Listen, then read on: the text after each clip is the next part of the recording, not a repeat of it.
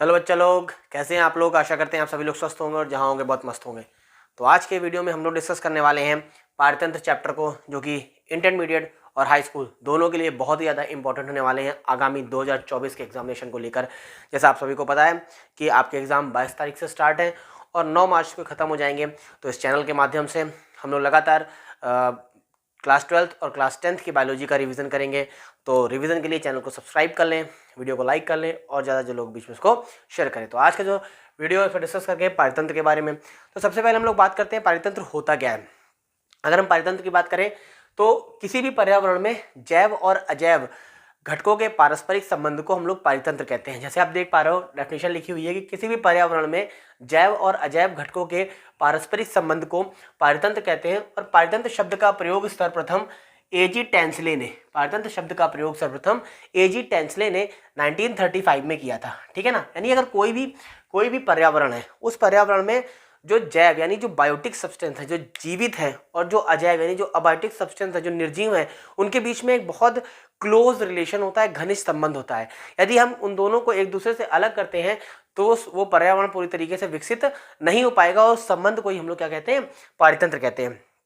अब हम लोग एक एक करके पारितंत्र के जैव और अजैव घटकों को यहाँ पर डिस्कस करेंगे। तो अगर हम पारितंत्र के जैव घटकों की बात करें तो पारितंत्र के जैव घटक को 3 भागों में विभाजित किया गया है, यानी उत्पादक, उपभोक्ता और अपघटनकर्ता। तो यहाँ पर लिखा हुआ है कि पारितंत्र के जैविक घटकों को निम्न भागों में विभाजित किया गया है। नंबर 1 उत्पादक, नंबर 2 उपभोक्ता और नंबर 3 अपघटनकर्ता। ठीक है ना। तो सबसे पहले हम लोग उत्पादक को डिस्कस करेंगे और उत्पादक को हम लोग बोलते हैं प्रोड्यूसर, यानी जो कि कोई चीज़ प्रोड्यूस करता है, उत्पन्न करता है। ठीक है। तो हमें पता है कि पर्यावरण में जितने भी हरे पेड़ पौधे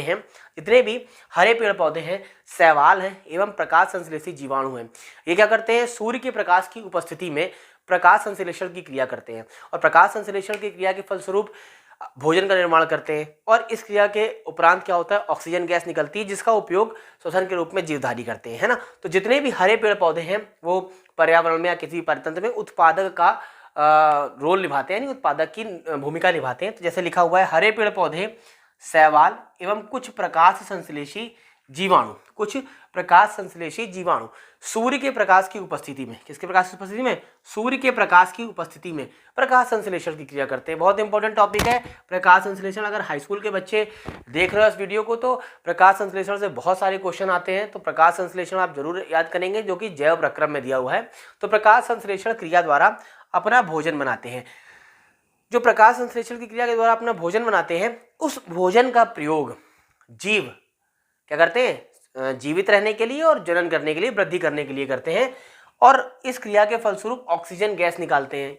ऑक्सीजन गैस का प्रयोग अन्य जीव श्वसन के रूप में करते हैं। क्योंकि भोजन स्वयं बनाते हैं इसलिए इन्हें प्राथमिक या मूल उत्पादक कहते हैं। अगर क्वेश्चन आ जाए कि प्राथमिक या मूल उत्पादक कौन है पारितंत्र में, तो हरे पेड़ पौधे प्राथमिक या मूल उत्पादक हैं। ठीक है। ये क्या करते हैं, ये प्रकाश संश्लेषण की क्रिया करते हैं और उसके फलस्वरूप क्या करते हैं, भोजन का निर्माण करते हैं और उस भोजन का प्रयोग अन्य जीव करते हैं।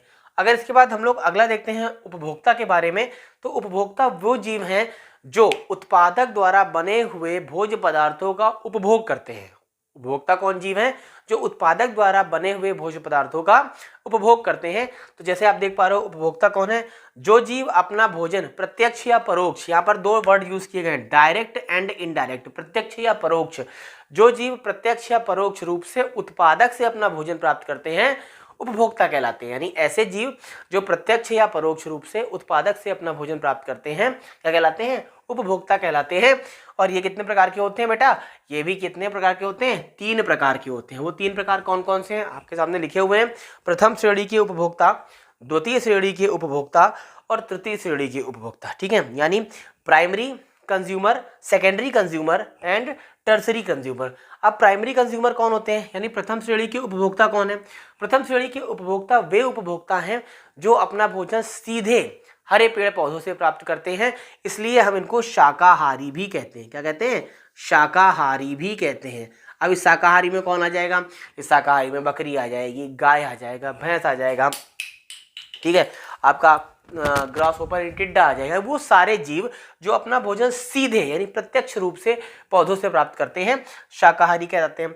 द्वितीय श्रेणी के उपभोक्ता कौन होते हैं, द्वितीय श्रेणी के उपभोक्ता बेटा वे होते हैं जो अपना भोजन प्रथम श्रेणी के उपभोक्ताओं से प्राप्त करते हैं उनको द्वितीय श्रेणी के उपभोक्ता कहते हैं, क्योंकि प्रथम श्रेणी के उपभोक्ता क्या है, शाकाहारी हैं, और द्वितीय श्रेणी के उपभोक्ता इनसे अपना भोजन प्राप्त कर रहे हैं, इसलिए द्वितीय श्रेणी के उपभोक्ता कहलाते हैं मांसाहारी। क्या कहलाते हैं, मांसाहारी।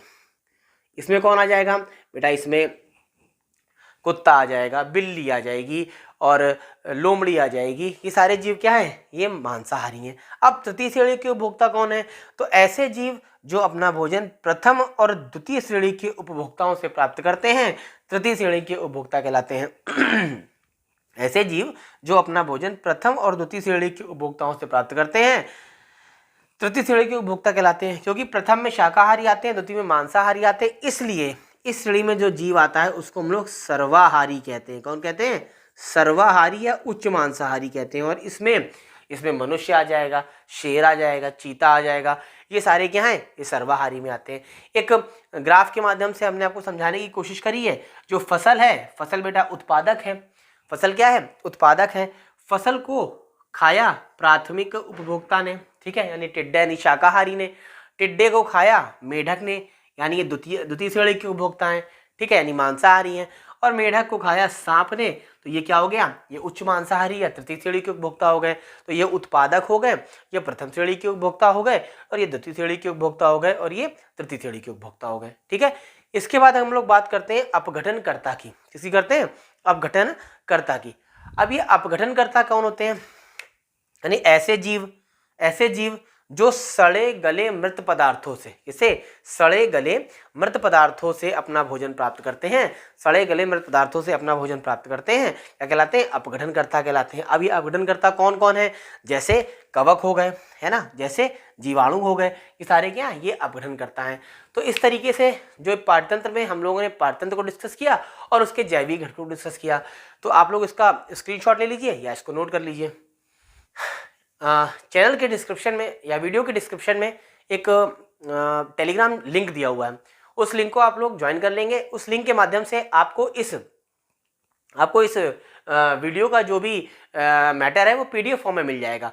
तो वहाँ पर ये पीडीएफ फॉर्म में मिल जाएगा, जो भी मैं पढ़ाऊँगा, जो भी रिवीजन कराऊँगा वो इस पीडीएफ फॉर्म में मिल जाएगा। साथ ही साथ बहुत जल्दी यानी 1 से 2 दिन में प्रीवियस ईयर के क्वेश्चन यानी अनसॉल्व्ड की एक सीरीज चलेगी, तो उस सीरीज को भी जरूर ज्वाइन करिएगा। उनके सारे पीडीएफ आपको टेलीग्राम चैनल पे मिल जाएंगे।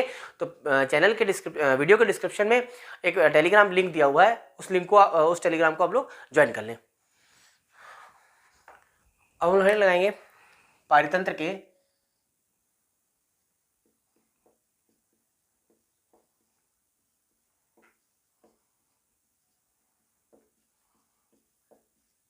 अजैव घटक, ठीक है।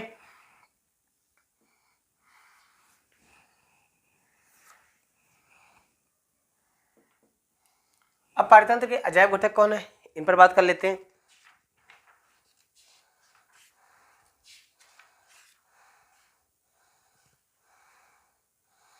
ठीक है, तो पारतंत्र के अजैव घटकों को भी 3 वर्गों में विभाजित कर दिया गया। यहाँ एक ग्राफ के माध्यम से हम समझा देते हैं, इससे ये आपका एक तरीके से रिवीजन भी हो जाएगा और साथ साथ आपको ये जल्दी समझ में भी आ जाएगा। एक ग्राफ के माध्यम से हम समझा रहे हैं और इसको आप बहुत अच्छे से समझेंगे, ठीक है ना। तो पारतंत्र के अजैव घटक 3 प्रकार के हैं। जैसा पहला है भौतिक या जलवायवी घटक। हम भौतिक घटक की बात करेंगे, भौतिक घटक, और इसी को हम लोग कहते हैं भौतिक या जलवायवीय घटक, भौतिक या जलवायवी घटक, ठीक है। अब दूसरा इसमें क्या है, दूसरा इसमें अकार्बनिक घटक या अकार्बनिक पदार्थ, अकार्बनिक घटक भी कह सकते हैं या पदार्थ भी कह सकते हैं। और तीसरा है कार्बनिक घटक या कार्बनिक पदार्थ, कार्बनिक घटक या कार्बनिक पदार्थ, ठीक है। घटक नहीं, घटक है, ठीक। अब अगर हम भौतिक घटक की बात करते हैं, भौतिक या जलवायवी घटक, तो इसमें कौन कौन आ जाएगा। अगर हम जलवायु की बात कर रहे हैं, है ना, जलवायवी घटक का मतलब होता है जलवायु, ठीक। तो इसमें सबसे पहले आ जाएगा प्रकाश, भौतिक घटक है। इसके बाद ताप, भौतिक घटक है। इसके बाद अगर हम बात करें वायु, वायु आ जाएगी, वर्षा और नमी, ये क्या है, ये सारे भौतिक घटक हैं। प्रकाश, ताप, वायु, वर्षा और नमी, ये सारे क्या हैं, ये सब हैं हमारे भौतिक घटक। ठीक है, इसके बाद अगर हम अकार्बनिक घटक की बात करते हैं तो अकार्बनिक घटक में जल आ जाएगा। क्या आ जाएगा, जल। और जितने भी तत्व हैं यानी एलिमेंट, तत्व कौन कौन से, जैसे sodium, potassium, sodium, potassium, zinc, zinc, sodium, potassium, zinc, magnesium, calcium, nitrogen, phosphorus, magnesium,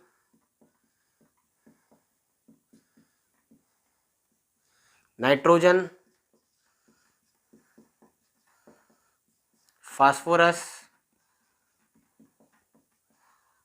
ये सारे आपके तत्व में आ जाएंगे। और उसके अलावा कुछ इसमें गैसें आती हैं, जो गैसें बहुत इंपॉर्टेंट हैं यानी हमारे जीवन के लिए महत्वपूर्ण है। ऑक्सीजन आ जाएगी, कार्बन डाइऑक्साइड आ जाएगी, ऑक्सीजन है, कार्बन डाइऑक्साइड है, हाइड्रोजन है, नाइट्रोजन है, अमोनिया है, हाइड्रोजन है, नाइट्रोजन है, अमोनिया है। ये सारी महत्वपूर्ण गैसें हैं जो क्या है, अकार्बनिक घटक के रूप में हमारे परितंत्र में महत्वपूर्ण भूमिका निभाती है। और इसके बाद अगर हम बात करते हैं कार्बनिक घटक की, तो कार्बनिक घटक में बेटा कार्बोहाइड्रेट, प्रोटीन, वसा, फैट, ये सारी चीजें आ जाएंगी। कार्बोहाइड्रेट,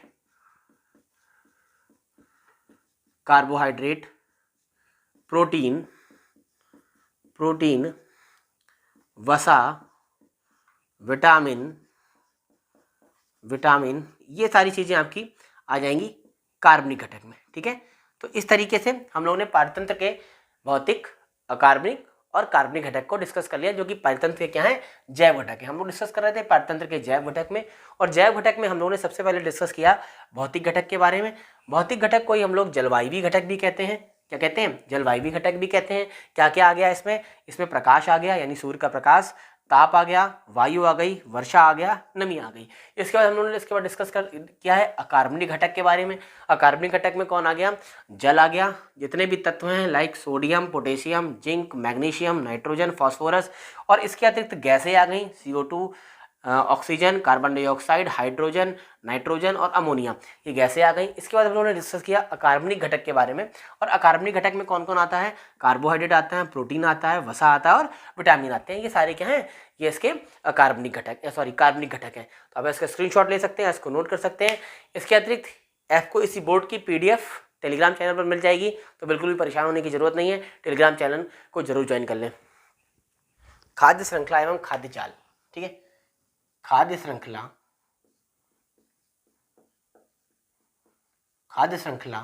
एवं खाद्य जाल, खाद्य श्रृंखला एवं खाद्य जाल यानी फूड वेब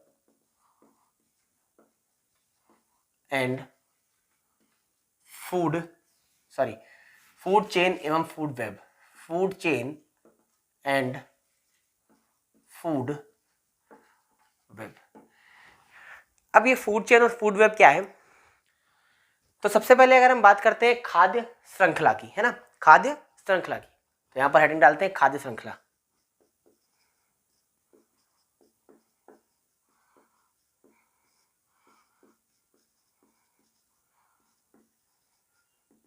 फूड चेन, ठीक।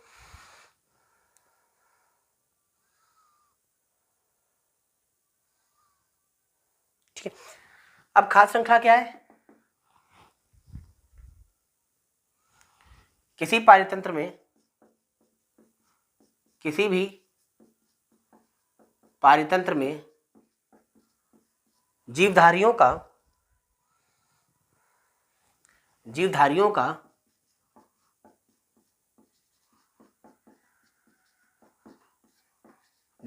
का ऐसा क्रम जिसके माध्यम से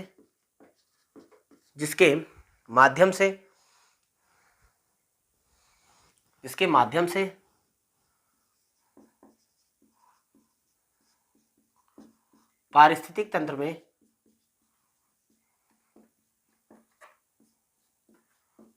में खाद्य ऊर्जा का प्रवाह होता है,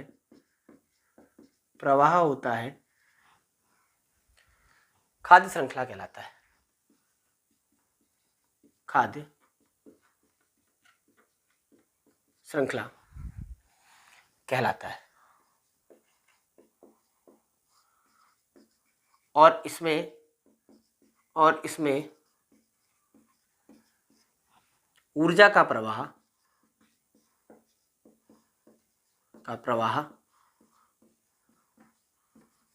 एकल दिशा में होता है,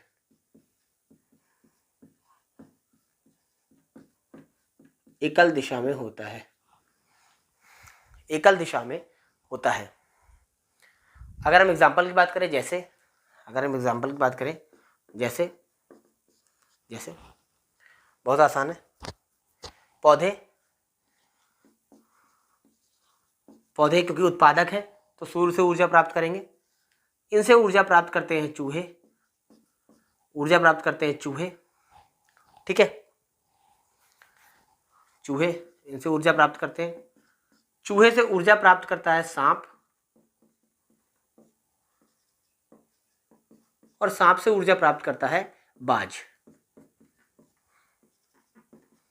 ठीक है। अब जो पौधे हैं ये उत्पादक है, जो चूहा है वो प्रथम श्रेणी का उपभोक्ता है,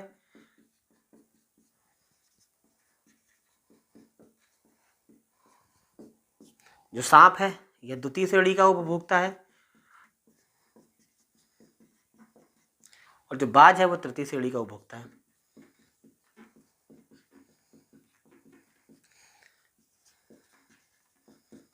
और इसमें जो ऊर्जा का प्रवाह हो रहा है वो एकल दिशा में हो रहा है, यानी पौधे से ऊर्जा चूहे में जा रही है, चूहे से ऊर्जा सांप में जा रही है, और सांप से ऊर्जा बाज में जा रही है, लेकिन कभी भी बाज से ऊर्जा दोबारा पौधे में नहीं जाएगी। तो ये ऊर्जा का प्रवाह क्या हो रहा है, एकल दिशा में हो रहा है, ऊर्जा का प्रवाह क्या हो रहा है, एकल दिशा में हो रहा है, ठीक है।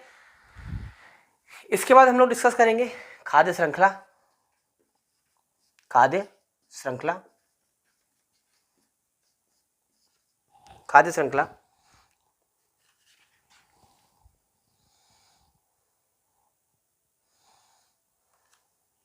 ठीक है। खाद्य श्रृंखला आप जिस तरह ये चित्र में देख पा रहे हैं कि खाद्य श्रृंखला में क्या हो रहा है कि कई सारी खाद्य श्रृंखला नहीं है, खाद्य जाल है, हेडिंग लगाएंगे खाद्य जाल, ये चित्र खाद्य जाल का बना हुआ है। खाद्य जाल में आप इस चित्र में देख पा रहे हैं कि कई सारी खाद्य श्रृंखलाएं आपस में मिलकर क्या बना रही है, खाद्य जाल बना रही हैं। और इसमें देखिए ऊर्जा का प्रवाह कई दिशाओं में हो रहा है, एकल दिशा में नहीं हो रहा है। तो हम लोग डेफिनेशन लिखेंगे कि किसी भी पारितंत्र में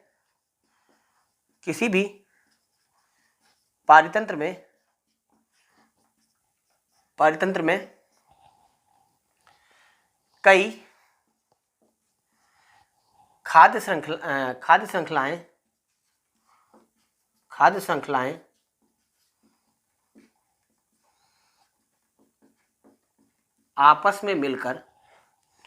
आपस में मिलकर खाद्य जाल का निर्माण करती हैं,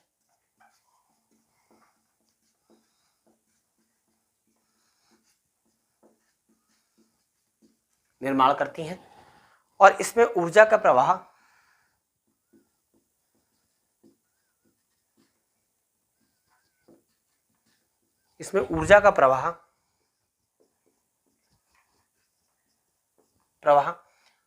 कई दिशाओं में होता है,